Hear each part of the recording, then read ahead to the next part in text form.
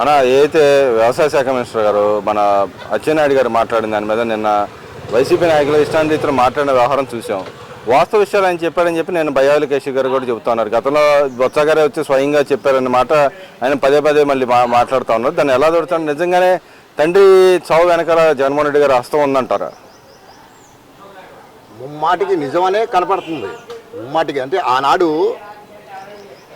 తండ్రి శవాన్ని అడ్డు పెట్టుకొని సంతకాల సేకరణ, కాంగ్రెస్లో ముఖ్యమంత్రి అవ్వాలనే ఉద్దేశంతో సంతకాల సేకరణ చేయడం జరిగింది. ఆ సంతకాల సేకరణ చేయడం టైంలో ఆ బొత్స సత్యనారాయణ కూడా ఇతనికి బాగా విమర్శించాడు. ఏమని? అది ఎందుకంటే అతను కాంగ్రెస్ పార్టీ కాబట్టి అతను తెలుసు కాబట్టి మొత్తం అన్ని ఇతను ఏం చేస్తాడు వివరాలు తెలుసు కాబట్టి అతను వాస్తవాలు చెప్పాడు ఆ రోజు ఆ టైంలో బొత్స సత్యనారాయణ.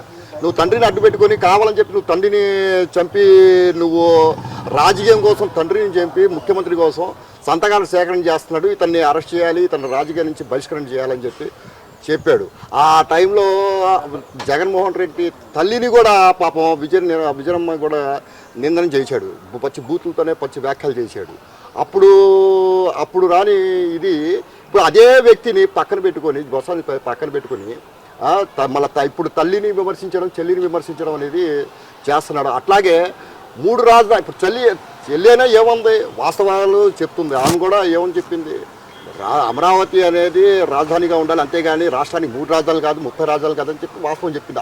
ఆనాడు తల్లిని బొత్స సత్యనారాయణ విమర్శించిన వ్యక్తిని ఈరోజు నువ్వు ఎందుకు పెట్టుకున్నావు అని చెప్పి విమర్శిస్తుంది. ఇవన్నీ వైసీపీ నాయకులకి ఏంటంటే వాళ్ళకి తెలుసు, అయినా ఏంటంటే నల్ల దుప్పటి కప్పుకొని ఏదైతే భజన చేయాలో ఆ భజన చేయాలి.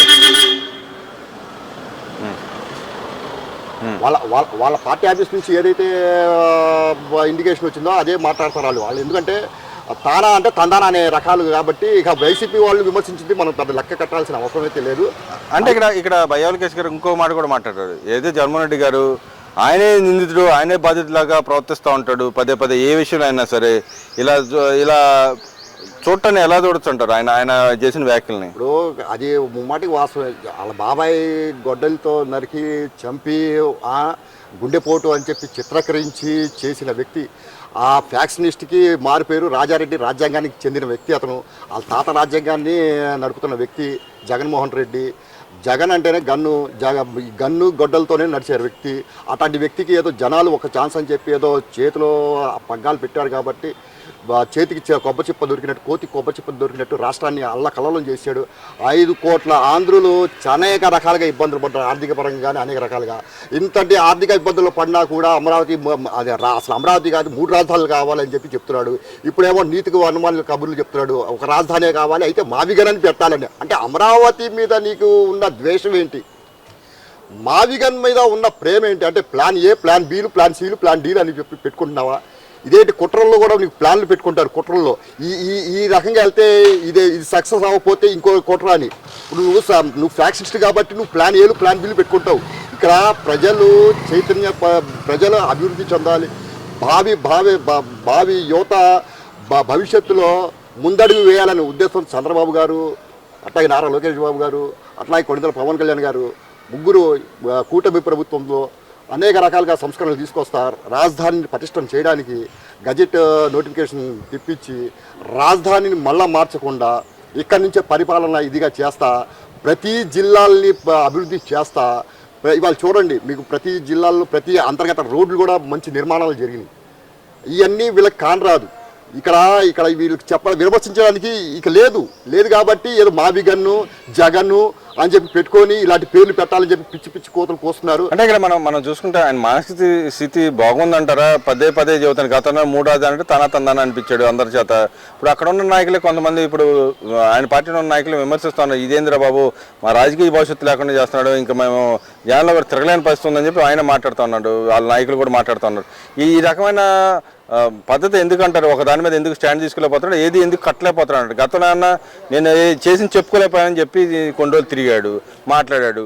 ఇప్పుడు వచ్చి ఇలా మాట్లాడతాం ఎలా చూస్తారు అంటారు? ఇక్కడ ఇప్పుడు ముమ్మాటికి నిజం. ఎందుకంటే వైసీపీ నాయకులే లోపల మదన చెందుతున్నారు. ఇతనికి కరెక్ట్ సరైన వైద్యం చేయించాలి, మానసిక నిపుణులు చూపించాలి అనే ఉద్దేశం భయపడతారు. కానీ అతని దగ్గరికి వెళ్ళి చెప్పే ధైర్య సాహసాలు ఎవరికి ఉండదు. ఎందుకంటే అతను ఒక నియంత్రణ వ్యక్తి. అతను అతను అంటున్నారు నియంత అంటే ఘోరం అంటే ఎందుకంటే బాబాయిని చంపిన వ్యక్తి మేమెంత ఒక లెక్క, తండ్రిని బాబాయిని చంపిన వ్యక్తికి మేము ఒక లెక్క అనే భయభ్రాంతుల్లో పాపం వైసీపీ నాయకులు ఉన్నారు. కానీ గతి తప్పక పాపం ఆ పార్టీలో ఉన్నారు. ఇప్పుడు అలా భవిష్యత్తు కూడా ఉజ్వల భవిష్యత్తు కూడా నాశనం చేస్తున్నారనే బాధ వాళ్ళలో ఉంది, కలగడం ఏంటి బాధపడుతున్నారు అనేది మాకున్న ఇన్ఫర్మేషన్ ఉంది. అయితే ఏంటంటే ఇతను ఒక స్టాండ్ రెండు పడవల మీద అంటే అతను ఒక పడవ మీద కాలేయాలి, ఒక జనాల్ని అభివృద్ధి చేయాలి, రాష్ట్రాన్ని అభివృద్ధి చేయాలనే ఉద్దేశం అయితే అతనిది కాదు. అతను నేను ముఖ్యమంత్రి అవ్వాలి, నేను ముఖ్యమంత్రిగా ఉండాలి, నేను ఒక హిట్లర్గా ఉండాలి, నేను పరిపాలన చేయాలి అనే ఉద్దేశంతో ఉన్న వ్యక్తి అతను. అదే అభివృద్ధి ఏ రకంగా చేయాలనేది జీరో నాలెడ్జ్ సబ్జెక్టులు ఉన్న వ్యక్తి. 5 ఏళ్ళలో నీకు ఇచ్చినప్పుడు నువ్వు ఏ అవకాశాన్ని ఏ విధంగా నువ్వు ఉపయోగించుకున్నావు? 5 ఏళ్ళు నీకు అవకాశం ఇచ్చారు, ఒక కంపెనీ వచ్చిందా? కోడిగుడ్ల కంపెనీ, అప్పడాల కంపెనీ, దీన్ని కుటీర పరిశ్రమలు తీసుకొచ్చి దాన్ని ఏదో అసెంబ్లీలో కూడా దాన్ని టైం వృధా ప్రయాసం చేస్తా, అసెంబ్లీలో కూడా చెప్తా నేనేదో పెద్ద కోడిగుడ్ల కంపెనీ తీసుకొచ్చాను, అప్పడాల కంపెనీ తీసుకొచ్చాను, ఇది చేసుకొచ్చాను అని చెప్పి. ఇప్పుడు ఇది కాదు కదా. ఇప్పుడు మనకు కావాల్సింది ఏంటి? మౌలిక సదుపాయాలు కావాలి. ముఖ్యంగా మౌలిక సదుపాయాలు, అంతర్గత డెవలప్మెంట్ కావాలి, అభివృద్ధి కావాలి. అవన్నీ చూసుకోకుండా అట్లాగే కొలాబరేషన్ కంపెనీలు కావాలి, పిల్లల చదువుకి తగ్గట్టు ఉద్యోగాలు కావాలి, కల్పన కావాలి. అవి లేకుండా ఏదో చేశాము, ఏదో దాచుకున్నాము అనే ఉద్దేశం అట్లాగే ఆ రీతిలో పరిపాలన చేశారు. ఏది అప్పుడు ప్రతిపక్షంలో ఉన్న టీడీపీ ఏదైనా విమర్శించినా కూడా జైల్లో పెట్టి బాగా అనేక రకాలుగా హింసలు. కానీ ఇక్కడ నేను సజ్జలు మాట్లాడుతున్నాను. మేమైతే మీరు అమరావతి అని చెప్తున్నారు, మేము అమరావతి కాదు, దీంట్లో మావిగాని దాంట్లో బాగా జనాల్లోకి వెళ్ళిపోయింది, దాన్ని పెట్టమంటే కూడా వాళ్ళకి ఇగో ఫీలింగ్ వచ్చేసి అడ్డొచ్చి కూటమి నాయకులు ఇష్టాన్ని రీతిలో మాట్లాడదు, మావాడు సైకో అది ఇది అని మాట్లాడుతున్నారు. మీరే పెద్ద సైకో, కనీసం జనాలు చెప్పింది కూడా మీరు ఎందుకు తీసుకోరని చెప్పి మాట్లాడుతూ ఉన్నారు కదా. ఇష్టాన్ని రీతిలో మీరు అక్కడ అవ్వని దాని గురించి ఎందుకు పాకులాడుతూ అయ్యే దాని గురించి రెడీగా ఉన్న మావిగాన్ని డెవలప్ చేయొచ్చు కదా అని చెప్పి మాట్లాడుతూ ఉన్నాడు. సజ్జలనే గుడ్డె మీద చేసుకుని మా నాయకుడు చెప్పింది నిజమైన కరెక్టేనా, ఆమోదించవలసిన అంశమేనా అని చెప్పి ఒకసారి గుండెల మీద చేసుకుని చెప్పమనండి. మావిగన్ అంటే ఏంటి, మావిగన్ వల్ల ఇదేంటి? మావిగన్ అంటే ఇవాళ సోషల్ మీడియాలో చూస్తున్నాము, జనాలను చూస్తున్నాం, అసలు ట్రోలింగ్ మీద ట్రోలింగ్లు జరుగుతున్నాయి. అంటే ఒక సైకోగా ఇతను ఒక సైకో అని చెప్పి ఎక్కువ శాతం సైకోలే అని చెప్పి చెప్తున్నారు.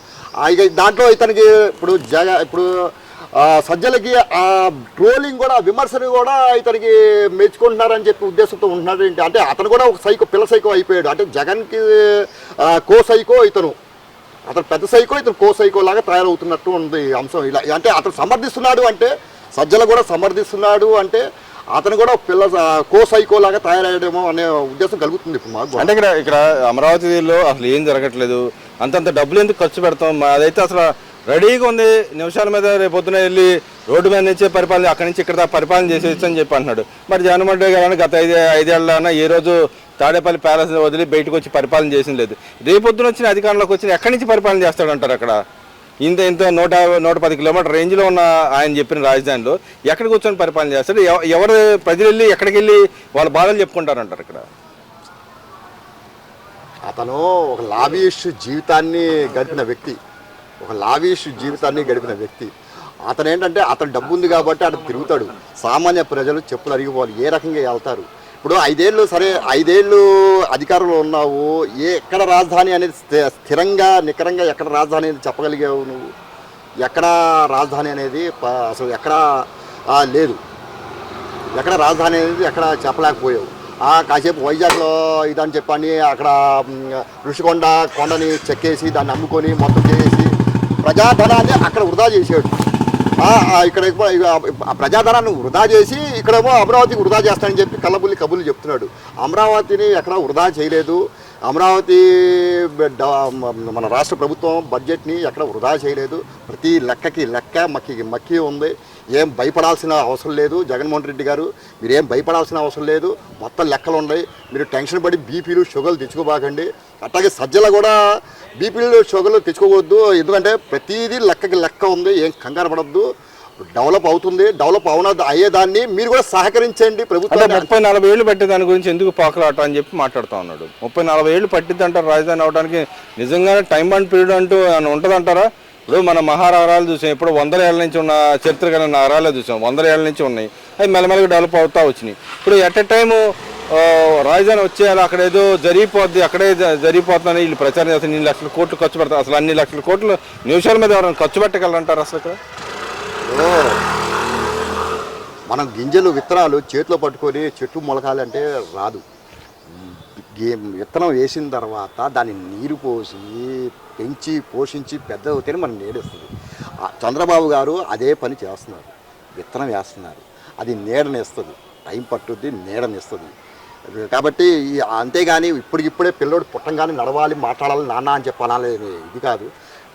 టైం పట్టుద్ది, టైంతో నీకు ఇచ్చేస్తాం. కాకపోతే పాయింట్ అనేది పెట్టాలి కదా. రాజధాని అనేది ఒక పాయింట్ అనేది పెట్టాలి కదా. అమరావతి అనేది ఒక పాయింట్ డెవలప్ అవుద్ది. ఇప్పుడు ఆ మహానగరమైనటువంటి మా భాగ్యనగరం హైదరాబాదు ఇవాళ చూడండి.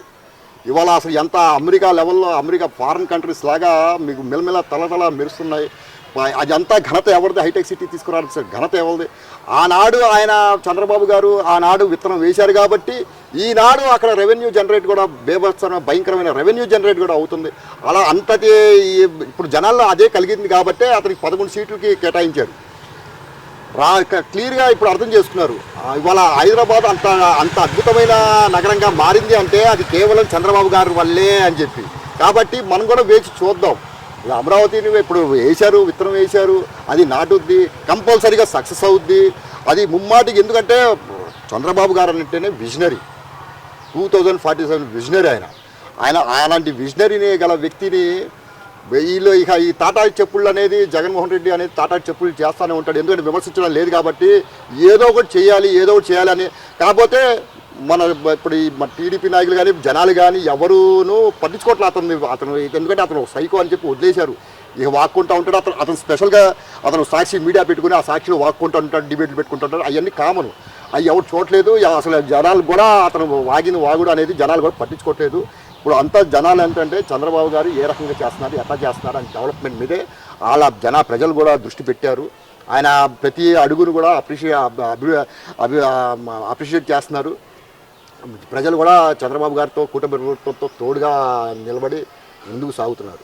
మరి ఇక్కడ చూసుకుంటే ఇవాళ చంద్రబాబు నాయుడు గారు పార్టీ కార్యకర్తలతో పాటు ఏదైతే శిక్షణా కార్యక్రమాలు చేయటాన్ని ఎలా చూస్తారో, నిజంగానే పార్టీ కార్యకర్తల పట్ల ఉన్న దాన్ని అభిమానం కానీ వాళ్ళ యొక్క స్కిల్స్ డెవలప్మెంట్ చేయడంలో చంద్రబాబు నాయుడు గారి యొక్క ప్రాముఖ్యత ఎలా ఉంటుంది అంటారు ఇక్కడ? ఇప్పుడు తెలుగుదేశం పార్టీ అంటేనే క్రమశిక్షణ గల పార్టీ, సాంప్రదాయమైన పార్టీ. కాబట్టి వస్తున్న కొత్త కార్యకర్తలు కానీ వీళ్ళకి ఏంటంటే మన పార్టీలో